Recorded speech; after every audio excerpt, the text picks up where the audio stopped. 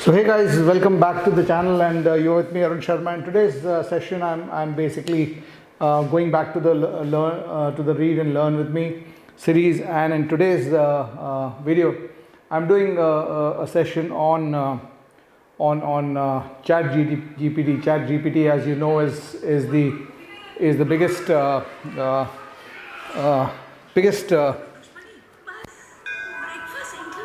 I need to put this up. Yeah, it's one of the biggest things that's going around in the tech world, and I thought I was reading something interesting in the Economist today, and I thought I'll read that for you, read that article for you as part of my reading comprehension development series, and plus of course the byproduct of developing your reading comprehension is always the development of your knowledge, right? Good evening, Shubham. Good evening, Chandan. Yeah, Tuhin, why can't an average student crack the CAT? Why not? I mean, ultimately everybody. I mean, I was an average student right through school and college, and I did make it big from there. So you can also do it, and I hope you are seeing a better version of me. We got the lights, etc., done here, and right. So should we start? This is an article again from the Economist, one of my favorite magazines actually. I read a lot of it, and the race of the AI labs heats up, and this is under the business section of the Economist, and this article was published on 30th January 2023, and the article goes this way. Let me just get my pen up. So every so often, a technology captures the world's imagination. The ChatGPT definitely has captured the world's imagination. And one thing I would like to tell you is that this is a long article. So I'll focus on the article, not on questions that's coming to me. Although I have got my phone with me so that I can read what chats you guys are sending across to me. But I'll focus on the article because we need to understand what the Economist is talking about, the race for AI, because obviously ChatGPT is not going to be the only algorithm which is going to come out of what's happening in the world, right?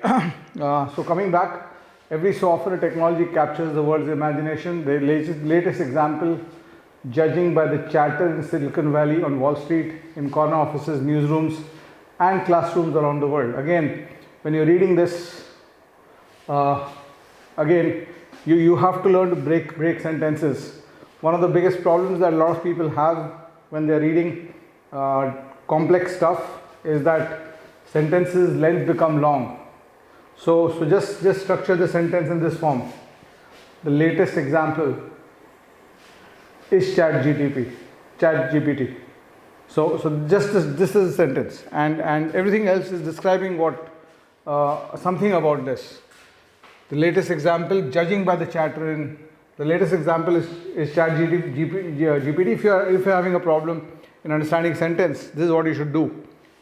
The latest example is ChatGPT, and then you can add that information, the other information the author is saying, judging by the chatter in Silicon Valley, on Wall Street, corner offices, newsrooms, and classrooms around the world. So he's making this judgment that the latest example of what?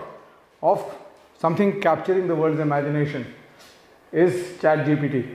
In 5 days after its unveiling in November, the artificially intelligent chatbot. So there's a definition of what ChatGPT is. It's an artificially intelligent chatbot created by a startup called OpenAI, drew 1 million users, making it one of the fastest consumer product launches in history. 1 million users in 5 days, 10 lakh users in 5 days across the world. One of the fastest product launches in world history, right? Let's keep going. Microsoft, which has just invested $10 billion in OpenAI, right? So OpenAI is the company which built the startup that built ChatGPT, and now Microsoft has just invested $10 billion in OpenAI. Wants ChatGPT like powers, which include generating text, images and video that seem like they could have been created by humans to infuse much of the software it sells. So what is Microsoft doing? It's investing in this company, OpenAI, and in the startup OpenAI, $10 billion is the investment. And what it wants to do is it wants to use the human-like capacities of ChatGPT to actually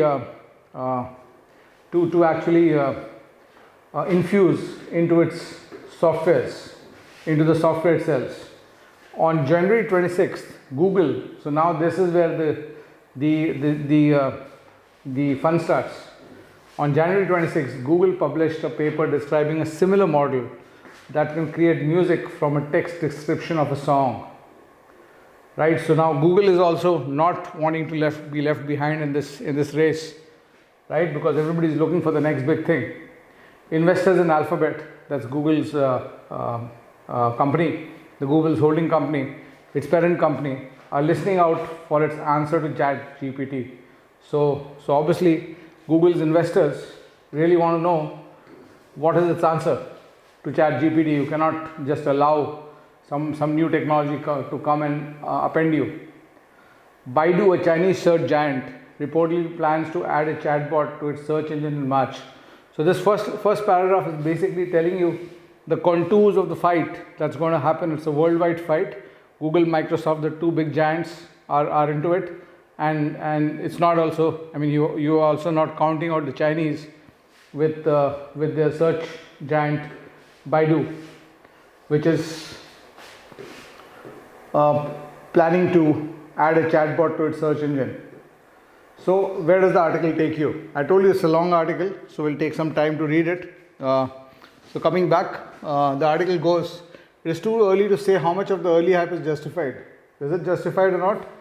Is too early. I mean, is this just hype or is it justified hype? Is the question that the author is asking you. Regardless of the extent to which the generative AI models behind ChatGPT and its rivals transform business, culture and society.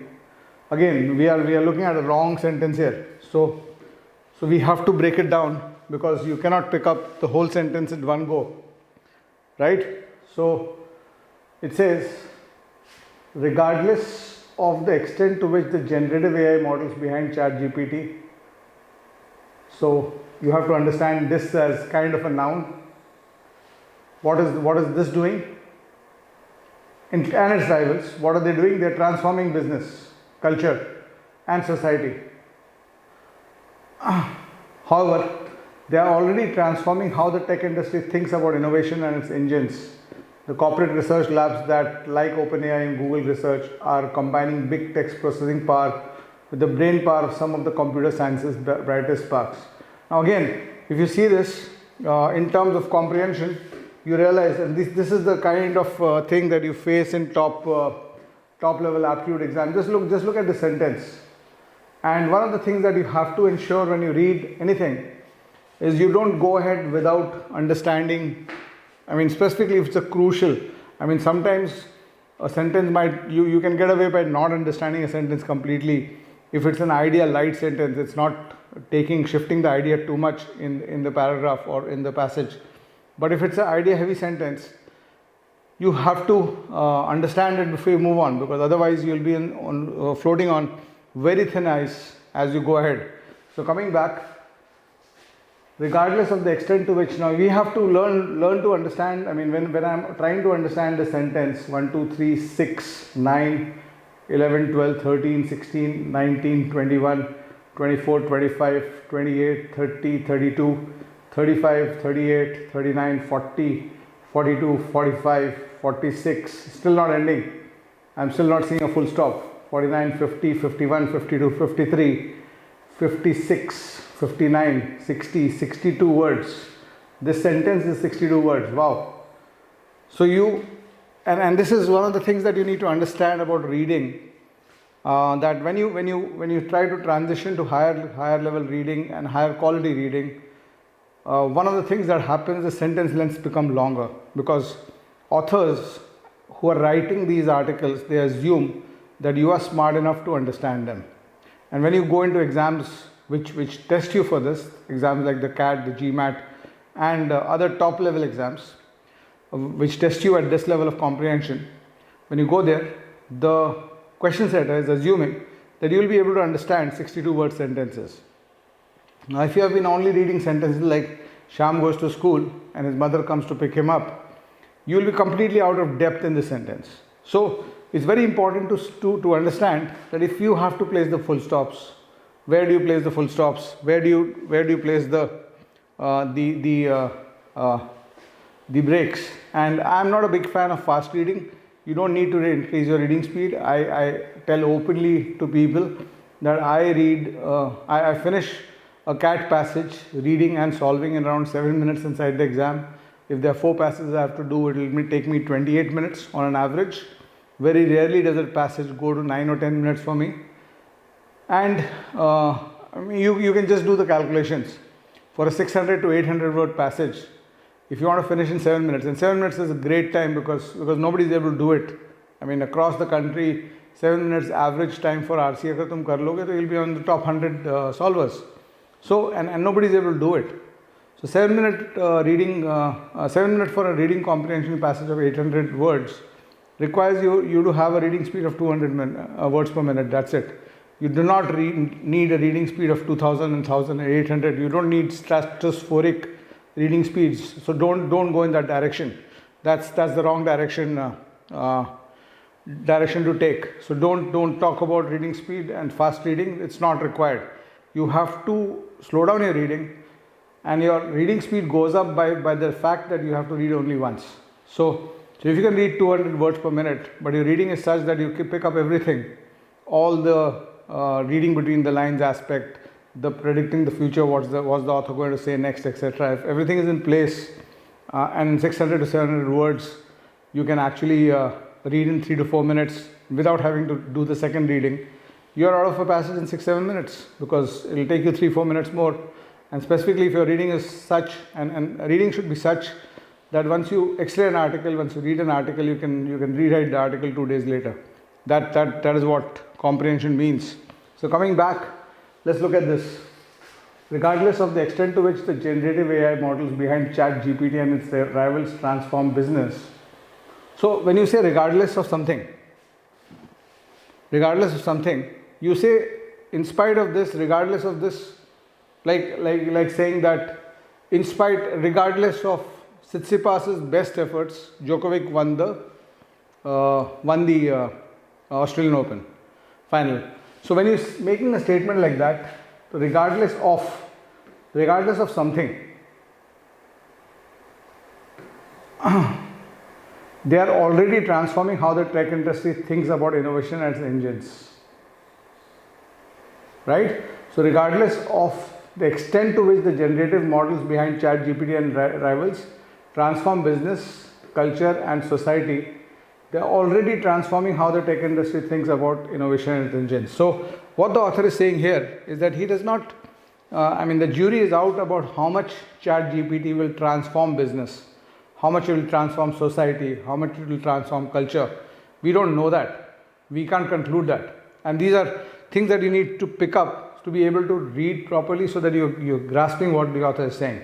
So you have to catch this, the regardless of the fact that we don't know how much it will affect these dimensions of the world, it is already. So this is like regardless of Tsitsipas's best effort, Djokovic won the Australian Open final. So they are already transforming how to see. You have to understand one thing, that sentences have structures. Sentences have sentence structures, and they will always be structured that way. तुम regardless के साथ कोई भी word, कोई भी sentence देख लो, कहीं पे भी, किसी भी article में, किसी भी passage में, किसी भी book में, regardless of, the structure will always be something. इसके बावजूद कुछ हुआ. That's the Hindi version of it. So regardless of something, this happened, right? So you have to understand that structure. If you understand that structure, your first full stop is here, and the sentence has broken down into 2 parts easily. You brought it down to 30 words approximately. So regardless of how the extent of the transformation on business, culture and society, they're already transforming how the tech industry thinks about innovation and its engines. So it's already had a transformational effect.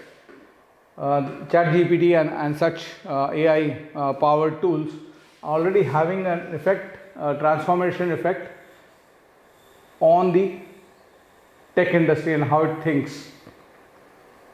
And then when you have a dash after that, you are looking for an explanation. He's given you an idea. He's going to explain it as you go ahead. And it says the corporate research labs that, like OpenAI and Google Research, are combining big text processing power with the brain power of some of computer science's brightest spark. So this part is just reinforcing the previous part, right? So basically, this is giving you an example of where the changes are happening. Corporate research labs are thinking differently now. They are combining brain power of computer science's brightest sparks, that means the brightest people in computer science, and the processing power of big tech. So they are combining these two things at this point. So we move on. And I tell people always that if you improve the quality of your reading, if you want to improve the quality of your reading, you have to improve the quality of your understanding of sentences. So if you are reading this paragraph, this passage, and typically when you go into your exams, you will have 4 paragraphs, 5 paragraphs. So if you are reading a paragraph in which there is a sentence like this, and you are not able to break it down and understand what it says, your next reading will be completely lost because you will never understand where the author is taking you. And that's the critical part of what you need to change. The quality of your comprehension of sentences is the crux of comprehension and of reading anything in life. And why it's so important is because if you can read and understand, you can pretty much study and become a master at any subject with the kind of information available today. So coming back, the result of the race will determine how quickly the age of AI will dawn for computer users everywhere and who will dominate it. So there's this race between various companies about for AI supremacy. So he's defined this. These rival labs, be they part of big tech firms affiliated with them or run by independent startups. So 3 kinds of rival firms: associated with big tech firms, affiliated with them, they are part of big tech firms, affiliated with them, or run by independent startups. You should catch this, that the author at this point is giving you 3 kinds of firms who are involved in this race. Labs which are part of big tech firms, labs which are associated with them, or labs which are part of independent startups. So you have to catch these structures inside an article to be able to read with comprehension. So as I said, this is a long article. I'm not going through the complete one. I've done the second paragraph. I'll do maybe a couple of more paragraphs. And the Economist allows you to read, I think, 3 articles or 4 articles every month on one ID. So you can actually create an ID and read a couple of these articles if you want to. So coming back, corporate research and development organizations have long been. So now he's moving his new paragraph. Good quality writing with new paragraph is always a change of tack. It changes where it's going. Corporate research and R&D organizations have long been a source of scientific advances, especially in America. Example now, a century and a half ago, Thomas Edison, so you have to be quick on the example, you have to read faster. Thomas Edison, what did he do? Use the proceeds from his inventions, including the phonograph and the light bulb, to bankroll his workshop in Menlo Park, New Jersey. After the Second World War, America invested heavily in basic science in the hope that this would yield practical products. DuPont, a maker of chemicals, IBM and Xerox, which both manufactured hardware, all housed big research laboratories. AT&T's Bell Labs produced, amongst other inventions, the transistor, laser and photovoltaic cell, earning its researchers 9 Nobel Prizes. So what he's saying here is that a lot of these American firms, especially in America, corporate R&D organization have been a source of scientific development in the past. And he's given examples, all those examples. So you should read examples very quickly. You should not get stuck on the examples as you keep going ahead. So we move on and we go to the next sentence, to the next paragraph. And this says, in the late 20th century, though corporate R&D became steadily less about the R than the D. So he's talked about the fact that corporate R&D was instrumental in doing so much in the early 20th century, but there's a change of tack again. He's again giving you a point, a major point here. He's saying that corporate research firms, R&D firms, focus more on the D than the R. That means they're focused more on development than research. So what does he mean by that? In 2017, Ashish Arora, an economist and colleagues examined the period from 1980 to 2006 and found that firms had moved away from basic science towards developing existing ideas. So they are no longer creating new ideas. These firms are no longer creating new ideas. And specifically between 1980 to 2006, the research that gave us that. They were no longer creating new ideas, but they were just developing products or developing on existing ideas, which means that the research was not happening. The research had become kind of stagnant. That's what you understand. The reason Mr. Arora and his co-authors argued was the rising cost of research and the increasing difficulty of capturing its fruits. Xerox developed the icons in Windows, now familiar to computer users, but it was Apple and Microsoft that made most of the money from it. Wow, we didn't know that. Xerox developed the Windows and the icons which are used on computers.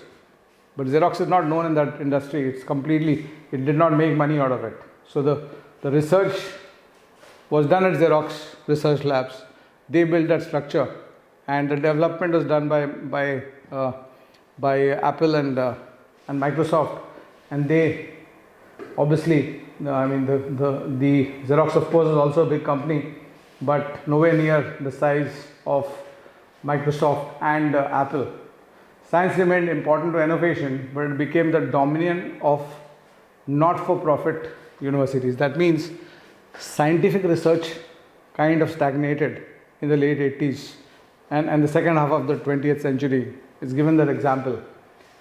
And now where does this logic come into this article?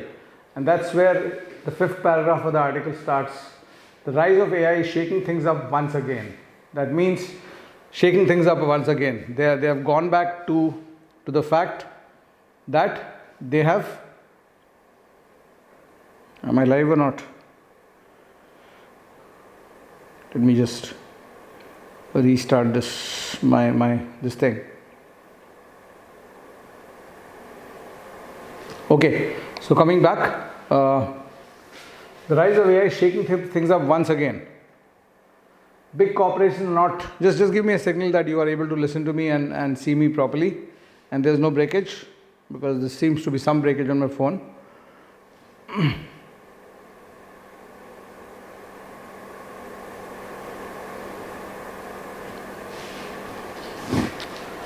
Although my computer seems to be showing I'm okay.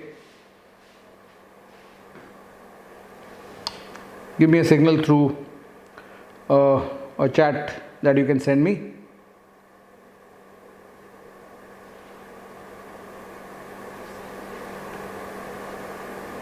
All good, na? Right. So coming back, the rise of AI is shaking things up once again. That means research is coming back. Big corporations are not the only game in town. Startups such as Anthropic and Character AI have built their own ChatGPT challengers. Stability AI, a startup that has assembled a consortium of small firms, universities and non-profits to pool computing resources, has created a popular open source model that converts text to images.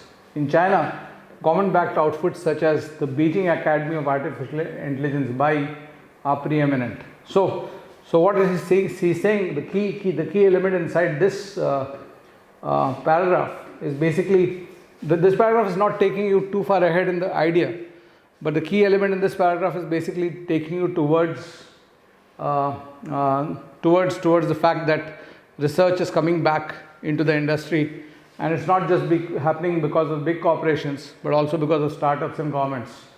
So that's what you get from here. But so again, a change of tack. So while the previous article was talking, previous paragraph was talking about shift of R&D back towards research. But starting the next paragraph means that there's again a change of tack. So what is he saying? But almost all the, so उसने ऊपर क्या बोला? उसने बोला है कि 3 तरह के organizations के through हो रहा है. Startups, big companies, big corporations and government. There are 3 dimensions of the kind of organizations which are doing this research and development. But almost all recent breakthroughs in big AI globally have come from giant companies because they have the computing power and because this is a rare area where results of basic research can be rapidly incorporated into products. So what they are saying here is that big companies have the processing power, and they are also very interested in this because the research can be rapidly taken into products. So that's why they don't have a problem. They don't have a problem in investing in this area because they're looking at immediate profits. This is not research like आज research किया और 50 साल बाद कुछ product बनेगा. This आज research हुआ, अगले साल product 6 महीने के अंदर product आ रहा है, right? So Amazon, whose AI powers its Alexa voice assistant, and Meta, which made waves recently when one of its models beat human players at Diplomacy, a strategy board game, respectively, produced 2/3 and 4/5 as much AI research as Stanford University, a bastion of computer science eggheads. So he's giving an example. So this part should be read quickly. I mean, see, the but sentence, but is the key sentence. This is a change of tack. And why does the author think? A question on comprehension. Why does the author think that big corporations are investing or don't have the problem that they used to have in the late 20th century, and why they are investing rapidly into these into research of artificial intelligence? Why is that this thing? The question from comprehension perspective, and the answer they'll look for is that because of 2 things. One is because they have the processing power, and second, why is, or the question processing power is the answer to why is most research coming from corporate organizations. But why are they investing is because of the fact that he says here that there is a immediate research to product creation. So an option like that will answer that question here. And then after this, ये वाला part अगर तुम थोड़ा जल्दी भी पढ़ो, science एगहेड्स Stanford में रहते हैं कि कहीं और रहते हैं, ये सब तुमको आर्टिकल का मेन आइडिया को बिल्ड नहीं कर रहा है. This is not building the main idea.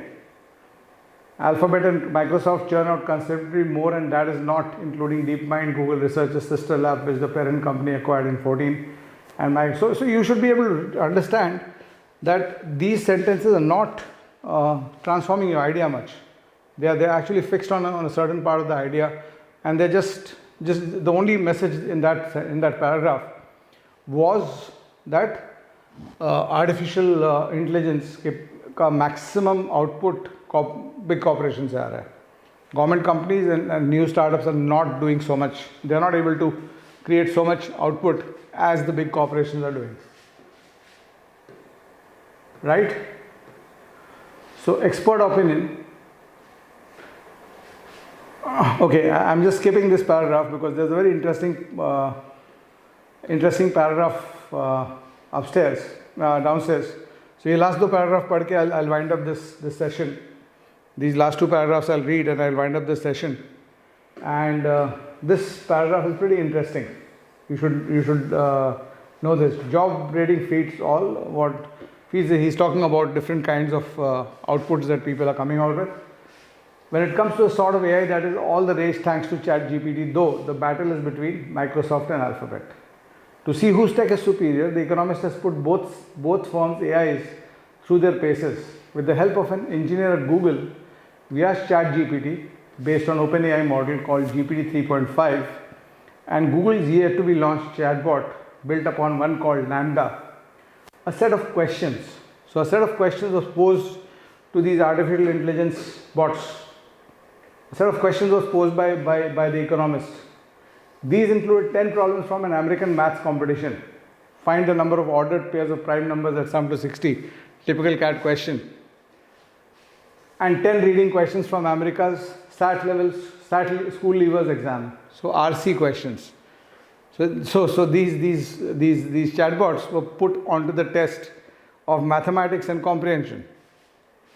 Read the passage and determine which choice best describes what happens in it. To spice things up, we also asked each model for dating advice. Given the following, so that's what I said, this is an interesting part of the passage. Given the following conversation from a dating app, what is the best way to ask someone out on a first date? Wow. So neither AI emerged. So now they're giving the results of this competition between ChatGPT and Microsoft's that's Microsoft and Google's version of it. Neither AI emerged as clearly superior. Google's was slightly better at maths, answering 5 questions correctly compared with 3 for ChatGPT. Their dating advice was uneven. Fed some real exchanges in a dating app, each gave specific suggestions on one occasion and platitudes such as be open-minded and communicate effectively on another. ChatGPT meanwhile answered 9 SAT questions correctly compared with 7 for its Google rival. So mathematics questions mein Google was better, but ChatGPT was better in answering the SAT questions. It also appeared more responsive to our feedback and got a few questions right on a second try. On January 30th, OpenAI announced an update to ChatGPT improving its maths abilities. So within a week, maybe within a week of this happening, they have come up with a version where the mathematical abilities of ChatGPT have gone better. When we fed the two AIs another 10 questions, Lambda again outperformed by 2 points, but when given a second chance, ChatGPT tied. Right? So they are talking about this thing. So I'll just come to the concluding factor. You can go to the Economist and read this. The capital flowing into generative AI startups, which last year collectively raised $2.7 billion in 110 deals, suggests that venture capitalists are betting that not all the value will be captured by big tech. Alphabet, Microsoft, their fellow technology titans, and the Chinese Communist Party will all try to prove these investors wrong. Their AI race is only just getting started. So brilliant article telling you about what's happening in the AI world, and you should be aware because it's part of your general awareness also. So my read and learn series is focused towards comprehension also, improving the quality of your ability to read and understand, and also to inform you about stuff through the readings I select, to inform you about stuff that's happening around in the world. So do let me know how you're finding this, and if I hope we can have a larger audience as we continue this. I know it's my responsibility also to be regularly available for all of you. But as far as we can do that, I hope you guys can help me spread the word around. Do subscribe to the channel, and a lot of great content coming up from our side. Thank you so much. Bye bye.